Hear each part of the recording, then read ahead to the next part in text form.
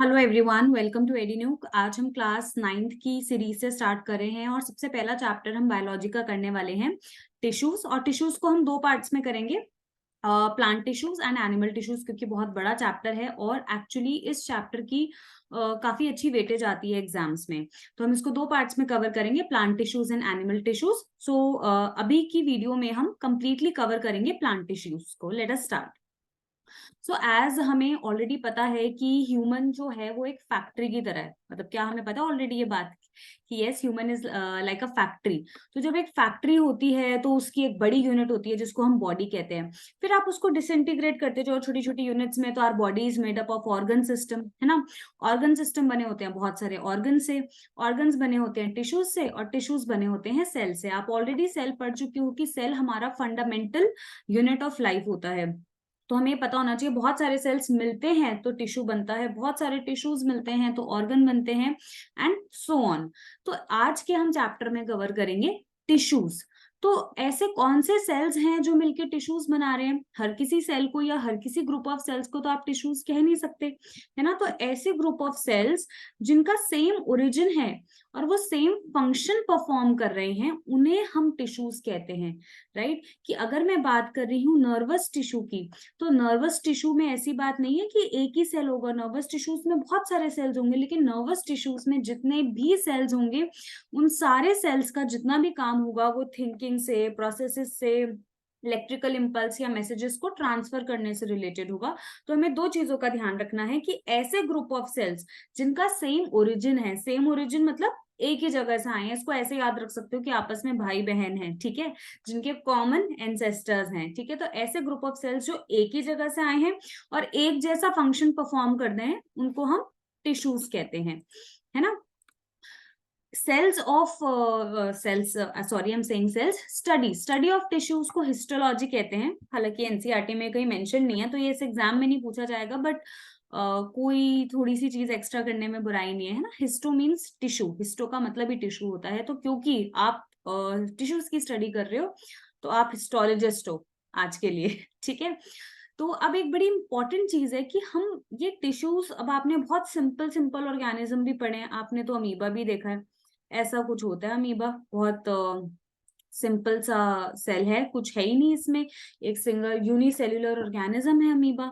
Amoeba में तो कोई टिश्यू नहीं है, टिश्यू जैसा हम वर्ड यूज ही नहीं करते। तो ये यूटिलिटी क्या, ये जो मल्टी सेल्युलर ऑर्गेनिज्म है, कॉम्प्लेक्स ऑर्गेनिज्म है, इनमें क्या फायदा है टिश्यूज का? सबसे पहली बात, इनका जो बॉडी सिस्टम है ये डिविजन ऑफ लेबर के ऊपर है। डिविजन ऑफ लेबर मतलब काम बांटना, ठीक है। डिविजन ऑफ लेबर का क्या मतलब हुआ कि काम बांटना। काम बांटना मतलब कि जैसे हम करते हैं ना, आप एग्जाम्स में क्या करते हो कि चल यार तू बायोलॉजी पढ़ ले, मैं फिजिक्स पढ़ लेता हूँ, तू मेरे को फिजिक्स समझा दियो, मैं तेरे को बायोलॉजी समझा दूंगा, है ना।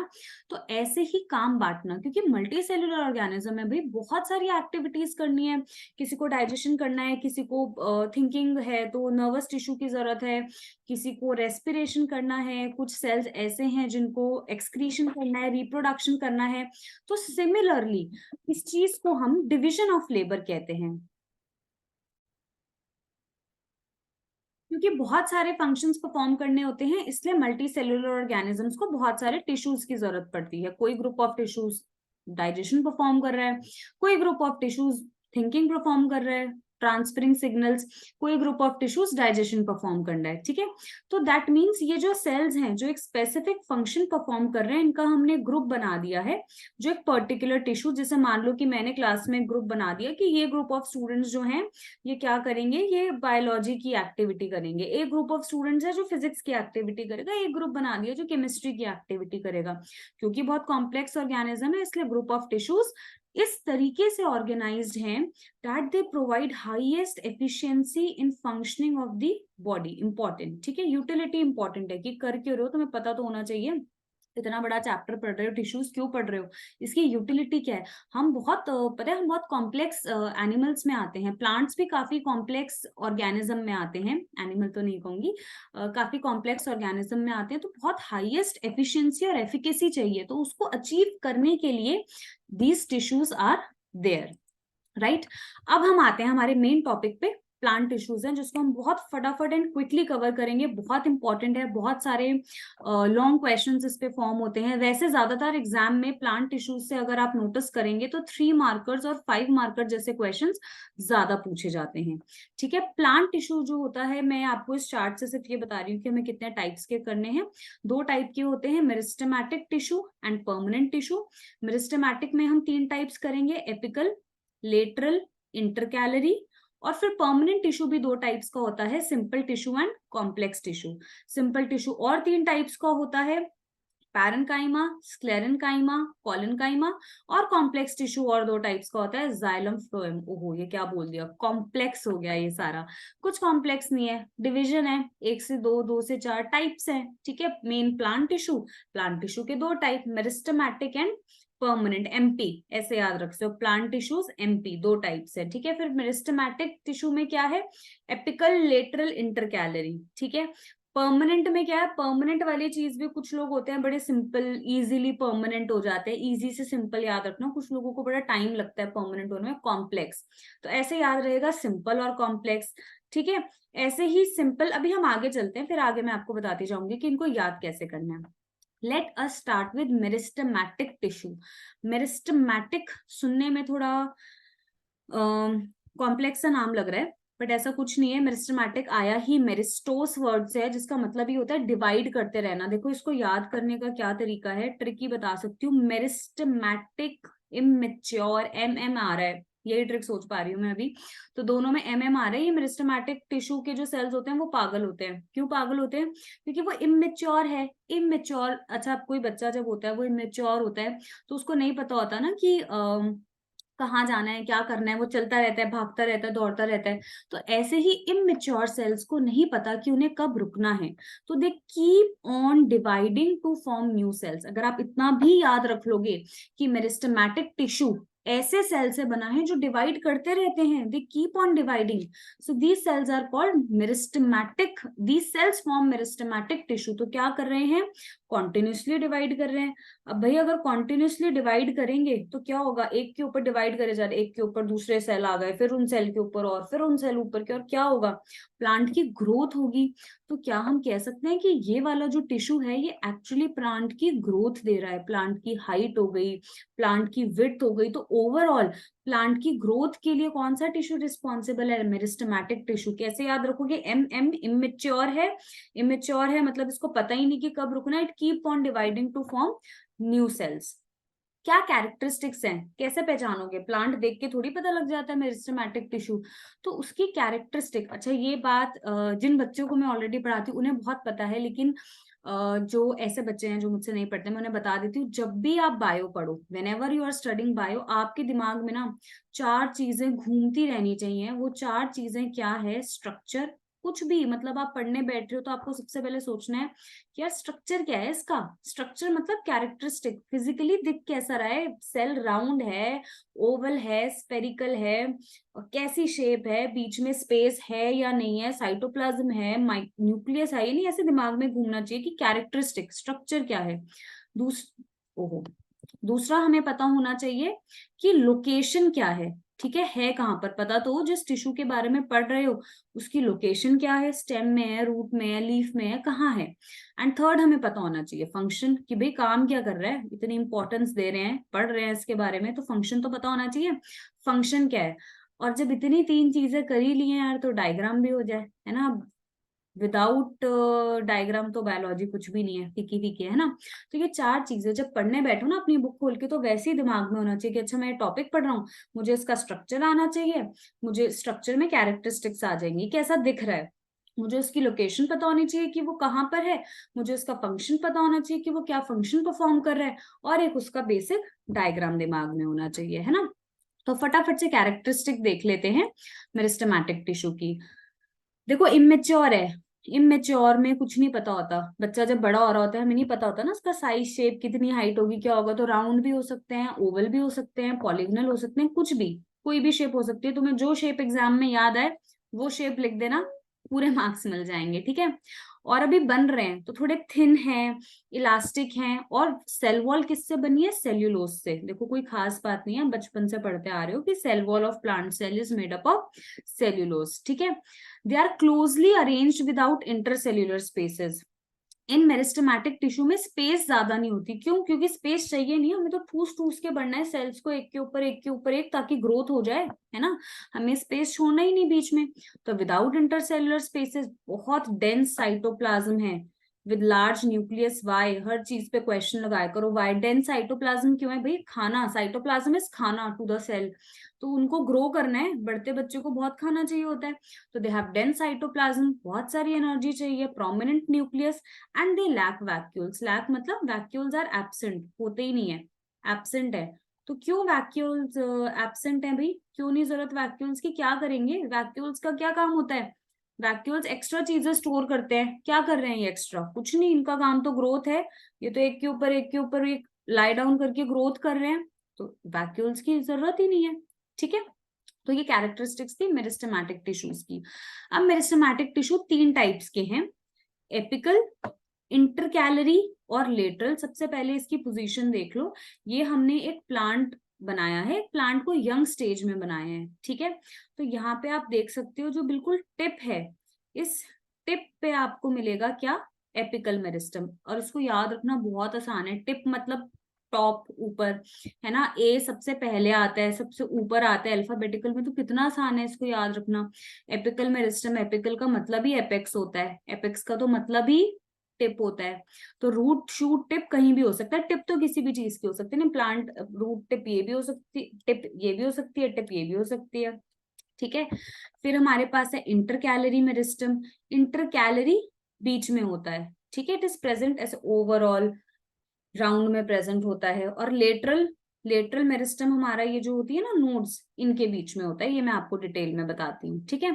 एपिकल मेरिस्टम मैंने अभी आपको बताया। लोकेशन देख लो, लोकेशन के बारे में बात कर रहे हैं। क्या लोकेशन है इसकी?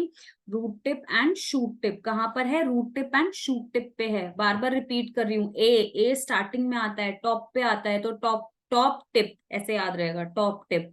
तो टॉप पे क्या आता है? Root tip, shoot tip, apical meristem. अब जो चीज ऊपर है, तो यहाँ पे क्या होगा? अगर ऊपर ऊपर ऊपर और ऐड करती जाऊंगी तो लेंथ बढ़ेगी ना, तो it increases the length of the plants, यानी हाइट ऑफ द प्लांट्स। तो आपसे अगर एग्जाम में पूछ लें कि कौन सा tissue is responsible for increasing the height of the plant, तो आंसर क्या होना चाहिए? Apical meristem increases the height. और क्योंकि सबसे पहले हाइट बढ़नी शुरू होती है, तो इसको हम प्राइमरी ग्रोथ भी कहते हैं, ठीक है। तो this type of growth, growth in height, is also known as primary growth. अब आते हैं लेटरल मेरिस्टम पे। लेटरल का मतलब ही साइड होता है, ठीक है। लेटरल का मतलब ही साइड होता है कि ये टिश्यू साइड में प्रेजेंट होता है। किसकी साइड में प्रेजेंट होगा? प्लांट में है ही क्या? स्टेम और रूट्स। तो स्टेम और रूट्स की साइड, क्योंकि आप देखो अगर ऐसे बढ़ना है हाइट में, ऐसे भी तो बढ़ना है, विड्थ में भी तो बढ़ेगा प्लांट। तो विड्थ में कब बढ़ेगा? जब वो साइड वाले टिश्यूज बढ़ेंगे, है ना। तो it increases the width of the plant. और विड्थ का एक फैंसी वर्ड गर्थ भी होता है, ठीक है। तो प्लांट की जो विड्थ होती है, प्लांट की जो चढ़ाई होती है, वो लेटरल मेरिस्टम की वजह से इंक्रीज होती है। और इस टाइप ऑफ ग्रोथ को हम सेकेंडरी ग्रोथ भी कहते हैं। आप इसको याद रखना कि जब हाइट बढ़ती है, यानी जब लेंथ बढ़ती है, तो उस वाली ग्रोथ को हम प्राइमरी ग्रोथ कहते हैं। डिफरेंस भी आ सकता है ना। और जब गर्थ बढ़ती है, आपको गर्थ वर्ड नहीं याद रह रहा, आप विड्थ भी लिख सकते हो, एक ही बात है। तो उस टाइप ऑफ ग्रोथ को हम सेकेंडरी ग्रोथ कहते हैं, ठीक है ना। कहाँ प्रेजेंट होता है? साइड में। ये रेड लाइंस दिख रही है आपको, ये सारा साइड में कौन सा प्रेजेंट है? ये हमारा लेटरल मेरिस्टम प्रेजेंट है। It forms the bark of the tree. Bark जो होता है ट्री का, बार्क मीन्स जो ट्रंक होती है ना। तो जो ट्रंक होती है वो सारी लेटरल मेरिस्टम से ही बनी है। साइड साइड में आप क्या करते जा रहे हो? वो ऐड होता जा रहा है, तो कितनी मोटी होती है ट्रंक, है ना। तो it forms the bark of the tree.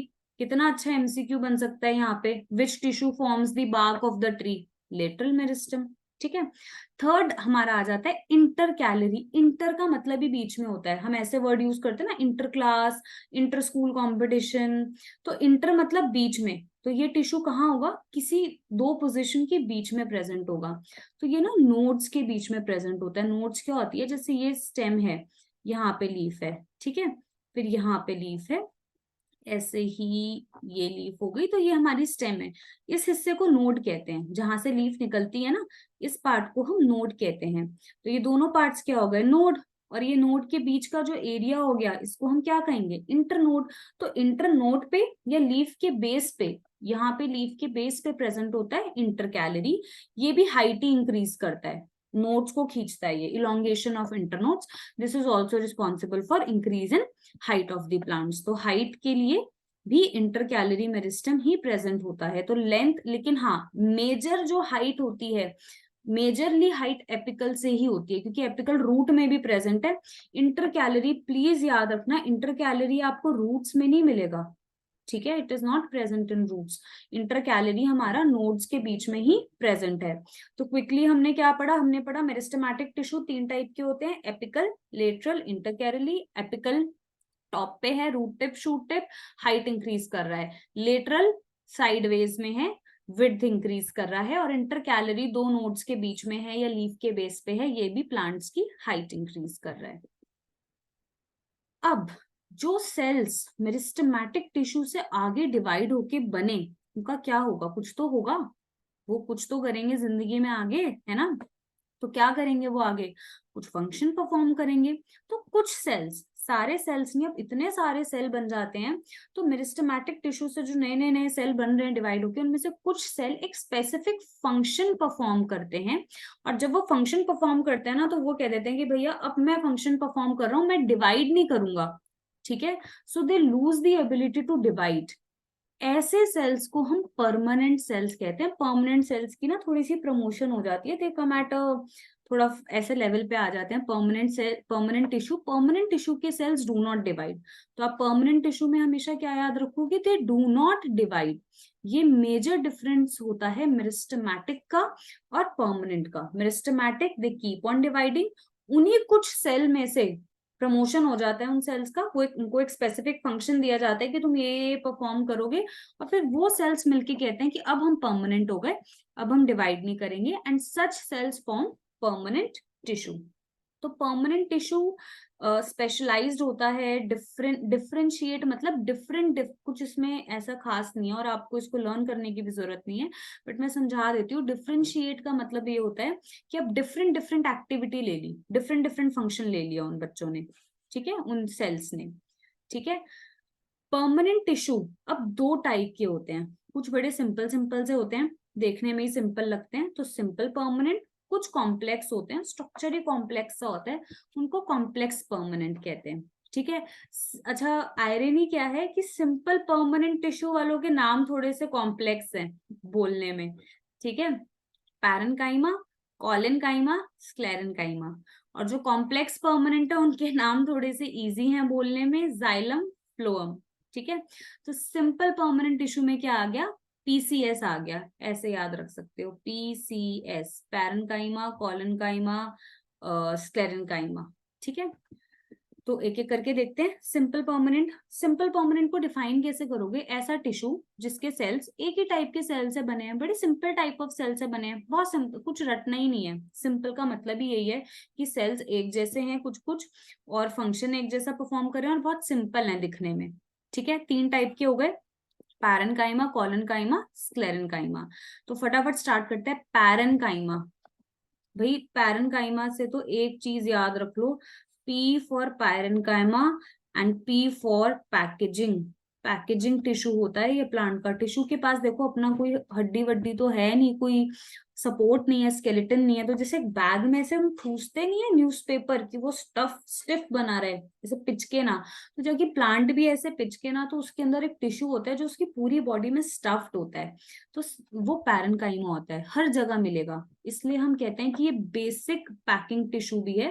Forms the bulk of the plant body. Bulk का मतलब क्या होता है, बल्क का मतलब होता है रूट में मिल जाएगा, लीव्स में मिल जाएगा, ठीक है ना, स्टेम में मिल जाएगा, हर जगह मिल जाएगा पैरेन्काइमा। तुम कुछ भी लिखाना एग्जाम में, अगर पूछ ले कि पैरेन्काइमा कहाँ मिलता है, you write anything, leaf, stem, root, shoot, everywhere is parenchyma, ठीक है।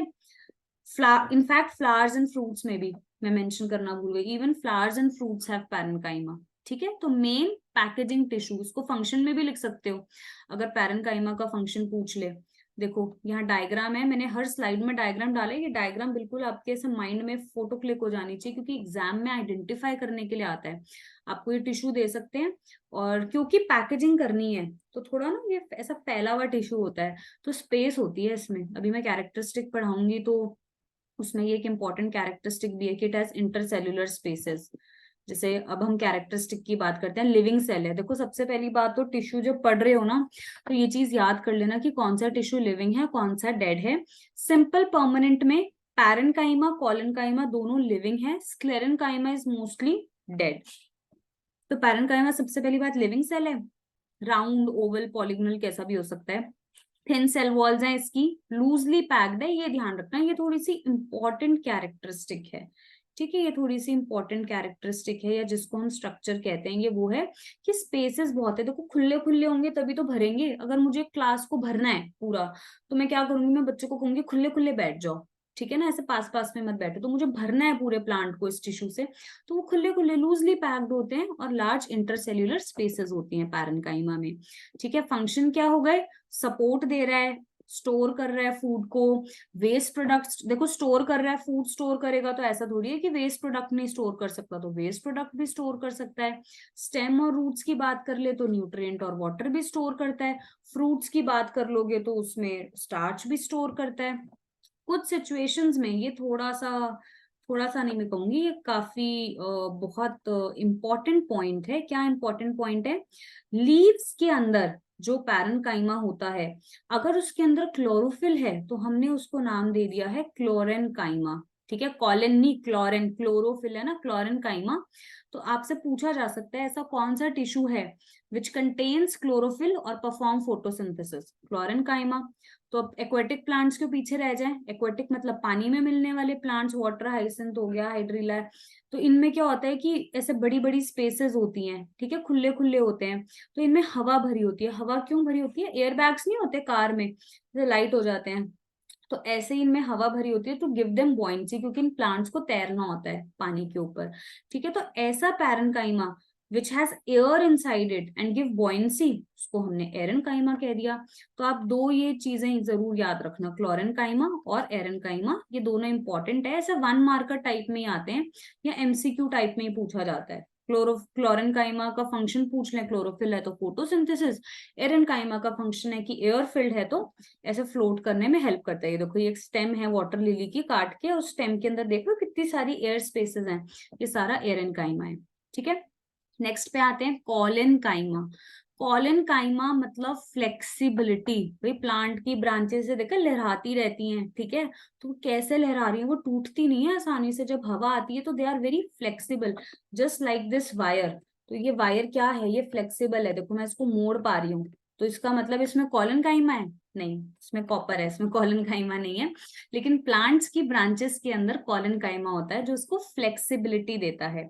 कहाँ प्रेजेंट होता है ये, भाई लोकेशन आ गई, बड़ी बड़ी इंपॉर्टेंट है। लोकेशन हर चीज के लिए बहुत इंपॉर्टेंट है, हर टिश्यू के लिए। देखो जहां से ब्रांचेस मुड़ेंगी, जहां से ब्रांचेस मूव करेंगी वहीं प्रेजेंट होगा ना, तो बिलो द लीफ स्टॉक। ठीक है, तो जो जैसे अगर ये हमारी लीफ है तो ये लीफ स्टॉक के नीचे नीचे यहाँ आपको मिलेगा।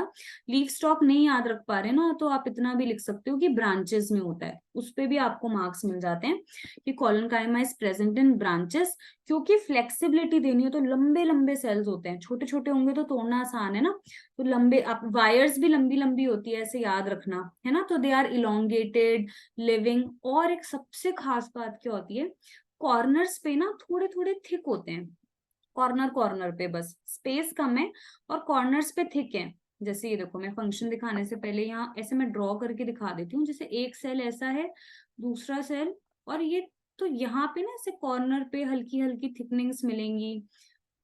ये सपोज कनेक्टिंग सेल है, तो यहाँ पे थोड़ा सा इरेग्युलरली थिकेंड है। ठीक है, इंपॉर्टेंट है, ये आइडेंटिफिकेशन के लिए आ सकता है कि ऐसा कौन सा टिश्यू है जिसमें इरेग्युलरली थिक कॉर्नर, सिर्फ कॉर्नर कॉर्नर थिक होते हैं।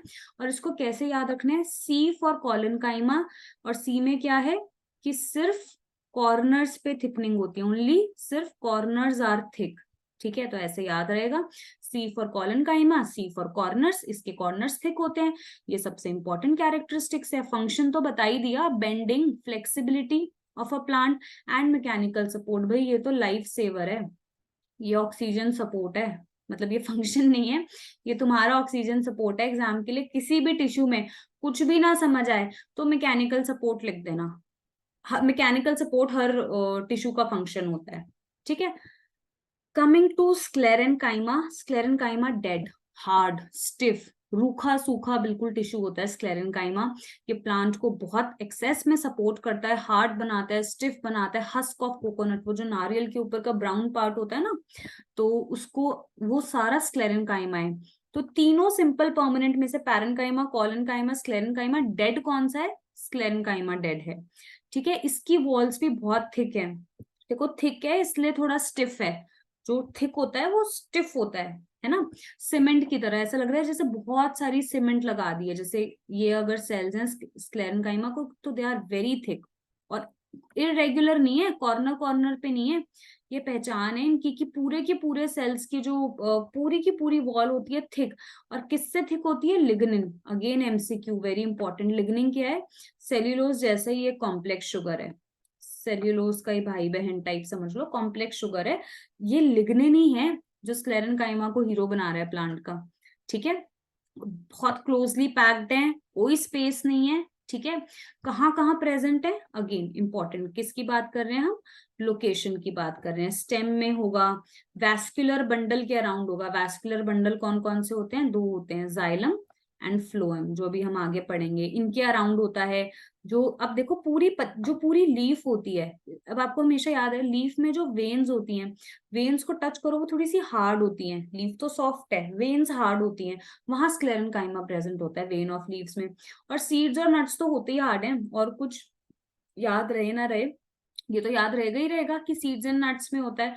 तो और ऐसे भी याद रहेगा, देखो मैं तो ऐसे ही याद करती हूँ, seeds, S for sclerenchyma, S for seeds, ठीक है। तो सीड्स में प्रेजेंट होता है, नट्स में प्रेजेंट होता है स्क्लेरेनकाइमा, ठीक है। स्ट्रेंथ देता है, मैकेनिकल सपोर्ट देता है। कई बार लंबे लंबे फाइबर्स की फॉर्म में प्रेजेंट होता है, कई बार राउंड स्क्लेरेट्स की फॉर्म में भी प्रेजेंट होता है। ये डायग्राम है, आइडेंटिफाई करने के लिए आ सकता है। देख रहे हो वॉल कितनी थिक है? ये सारी जो वॉल है ये किसकी बनी हुई है? लिग्निन की बनी हुई है। ये वाली वॉल भी देख रहे हो कितनी थिक है? लिग्निन की बनी हुई है। यही स्टिफनेस दे रही है प्लांट को, ठीक है। जैसे ये देखो, ये सारा स्क्लेरेनकाइमा का एग्जांपल है। All this hard seeds and nut, ये सारा स्टिफनेस किस वजह से है? It is because of sclerenchyma. अब आते हैं प्रोटेक्टिव टिश्यू पे। प्रोटेक्ट, देखो हमारी बॉडी को सबसे ज्यादा प्रोटेक्ट कर रही है हमारी स्किन, तो ऐसे ही प्लांट का प्रोटेक्टिव टिश्यू होता है एपिडर्मिस, ठीक है। आउटर मोस्ट लेयर होती है, यूजुअली 1 सेल थिक होती है। कॉपी पे कवर चढ़ाते हो ना, एक लेयर चढ़ाते हो, तो यूजुअली कई बार आप 2 लेयर्स भी चढ़ाते हो। कोई आपकी इंपॉर्टेंट नोटबुक होगी ना, तो उस पर आप नॉर्मल पेपर, अब तो नहीं करते, हम पहले करते थे, ब्राउन पेपर, फिर उसके ऊपर हम लैमिनेशन लेयर लगाते थे, पर यूजुअली 1 लेयर थिक होती है, आउटर मोस्ट लेयर होती है, ठीक है। थिक कहाँ मिलेगी? जहां एक्स्ट्रा प्रोटेक्शन चाहिए, ड्राई एरियाज वगैरह में, ठीक है।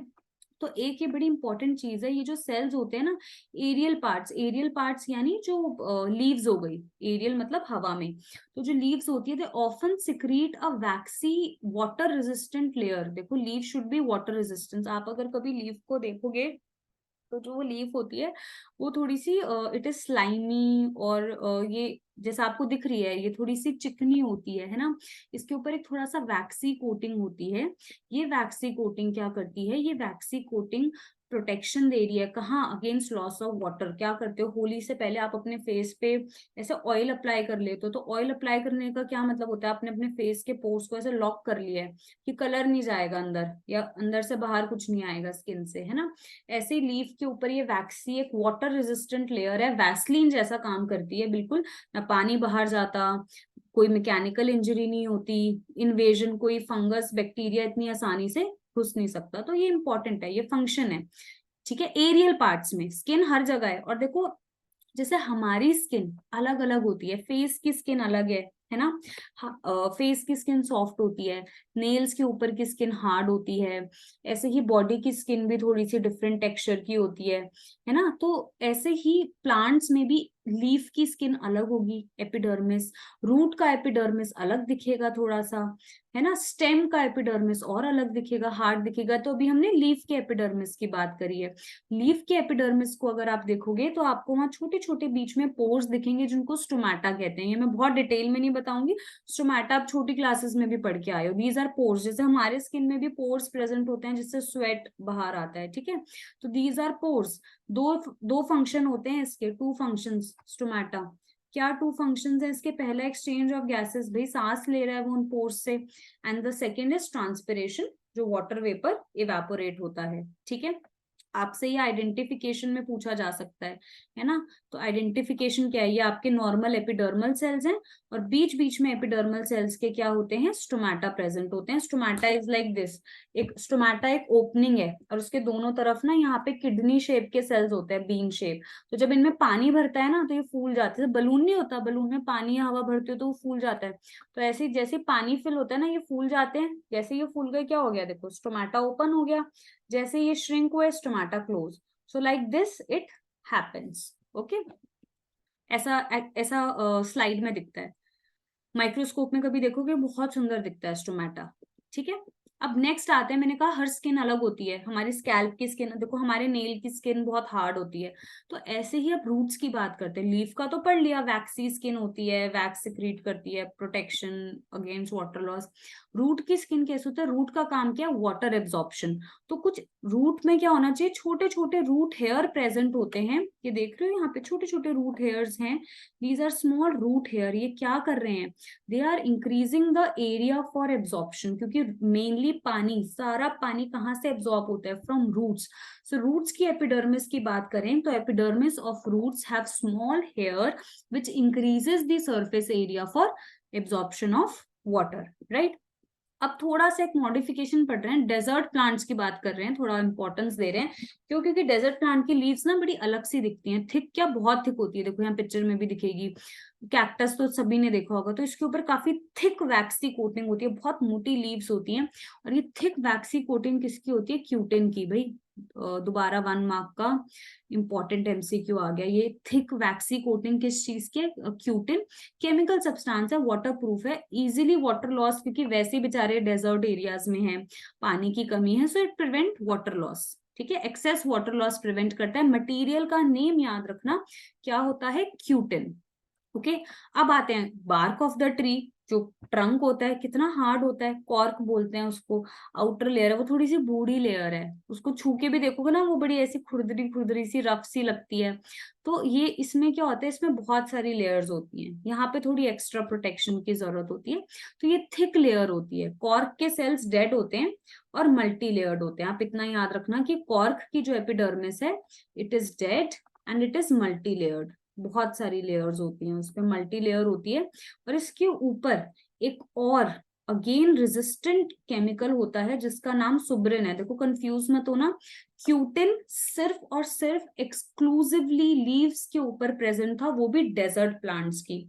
सुब्रिन जो है, सुब्रिन सब में प्रेजेंट है। सुब्रिन सारे जितने भी ट्रीज के कॉर्क होते हैं, वो मोटा ट्रंक होता है, उसके बाहर आपको सुब्रिन मिलेगा। Impervious to gas and water, water resistant तो छोड़ो, वो गैस रेजिस्टेंट भी है। It does not even allow gaseous exchange, हवा पानी कुछ अंदर बाहर नहीं जा सकता ट्रंक से।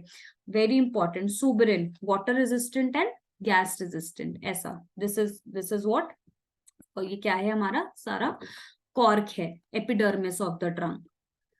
डन। अब हमने क्या कर लिया है? हमने सिंपल परमानेंट टिश्यू कर लिया जिसमें पैरेन्काइमा, कोलेनकाइमा, स्क्लेरेन्काइमा आ गया, और हमारा एपिडर्मिस जो प्रोटेक्टिव टिश्यू है वो भी सिंपल परमानेंट टिश्यू में ही आ जाता है। अब कॉम्प्लेक्स की बात करते हैं। कॉम्प्लेक्स मतलब वो दिखने में ही कॉम्प्लेक्स है, तो बहुत सारे टाइप ऑफ सेल्स हैं। पैरेन्काइमा कितना आसान था ना, पैकेजिंग टिश्यू है, हर जगह प्रेजेंट है। कोलेनकाइमा फ्लेक्सिबिलिटी दे रहा है, स्क्लेरेन्काइमा स्टिफनेस दे रहा है। लेकिन कॉम्प्लेक्स परमानेंट टिश्यूज थोड़ा मेजर बड़ा काम कर रहे हैं, इनकी थोड़ी इंपॉर्टेंट फंक्शन है। इसको कंडक्टिंग टिश्यू भी कहते हैं। कंडक्ट कर रहे हैं, क्या कंडक्ट कर रहे हैं? दो ही चीजें तो कंडक्ट होती हैं हमारी, हमारी नहीं प्लांट्स की लाइफ को सपोर्ट करने के लिए, फूड एंड वाटर। तो भाई ये तो फूड एंड वाटर कंडक्ट कर रहे हैं। वैस्कुलर टिश्यू भी कहते हैं। सारे नाम बता दिए मैंने आपको, कुछ भी पूछ सकते हैं एग्जाम में। कॉम्प्लेक्स परमानेंट टिश्यू में आता है जाइलम और फ्लोएम, ठीक है। इनको कंडक्टिंग टिश्यूज भी कहते हैं और इनको वैस्कुलर टिश्यूज भी कहते हैं। इनकी जितनी डिटेल्स पढ़ोगे उतनी कम है, ठीक है। तो मैंने ये सब कुछ एक टेबल में जस्ट कर दिया हमें, और इतना दिस इज इनफ आपके एग्जाम के लिए, मोर देन इनफ है, ठीक है। तो हम क्विकली इस टेबल में, जितना अब ये टेबल में है उतना ही हमें पढ़ना है, जाइलम एंड फ्लोएम। फटाफट से स्टार्ट करते हैं। देखो मेरे इंपॉर्टेंट चीजें वही, characteristic, location, function. Xylem complex permanent tissue है, थिक वॉल, कॉम्प्लेक्स है ना, वॉल्स थिक हैं, and most of the cells are dead, ठीक है। ज्यादातर सेल्स जाइलम के डेड होते हैं, ठीक है। कुछ ही कुछ सेल लिविंग मिलेंगे बट मोस्टली आर डेड।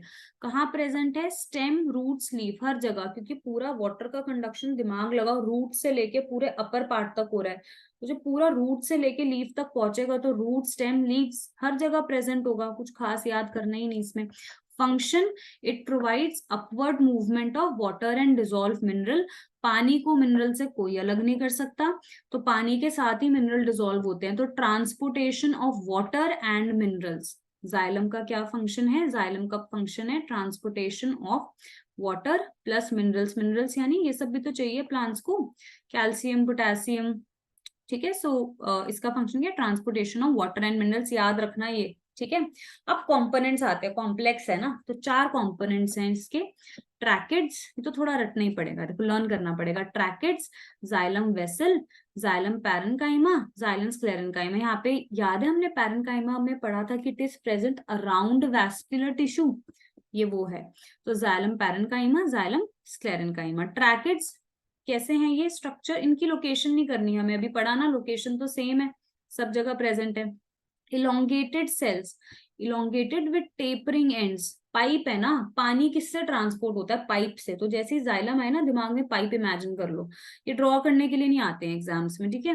तो ये लंबी लंबी पाइप्स हैं, elongated cells, flat tapering ends, एक नेटवर्क प्रोवाइड कर रहे हैं। जब हमारे घर में भी ग्राउंड से पूरा पानी ऊपर जाता है, from underground to first floor, second floor, third floor, तो एक नेटवर्क दे रहा है। हॉलो एंड कनेक्टेड सेल्स हैं बेसिकली, इस तरीके से हॉलो एंड कनेक्टेड सेल्स हैं फ्रॉम एंड टू एंड, ये वेसल होते हैं, ठीक है। Transport of water perform, majorly they are transporting water. Xylem vessel, tubular structure, जिनमें डेड सेल्स होते हैं। ये ट्यूब लाइक स्ट्रक्चर्स हैं, ये भी वाटर का, देखो ये ना साथ साथ का इनका फंक्शन आपको काफी सिमिलर दिखेगा, एक जैसा दिखेगा। ऐसा नहीं है कि आपको ट्रैकेट्स का कुछ अलग फंक्शन है, वेसल का कुछ अलग, ये आपस में एसोसिएशन में काम कर रहे हैं, ठीक है। तो ये फ्लो ऑफ वाटर और मिनरल्स को हेल्प कर रहे हैं, ठीक है, प्रमोट कर रहे हैं।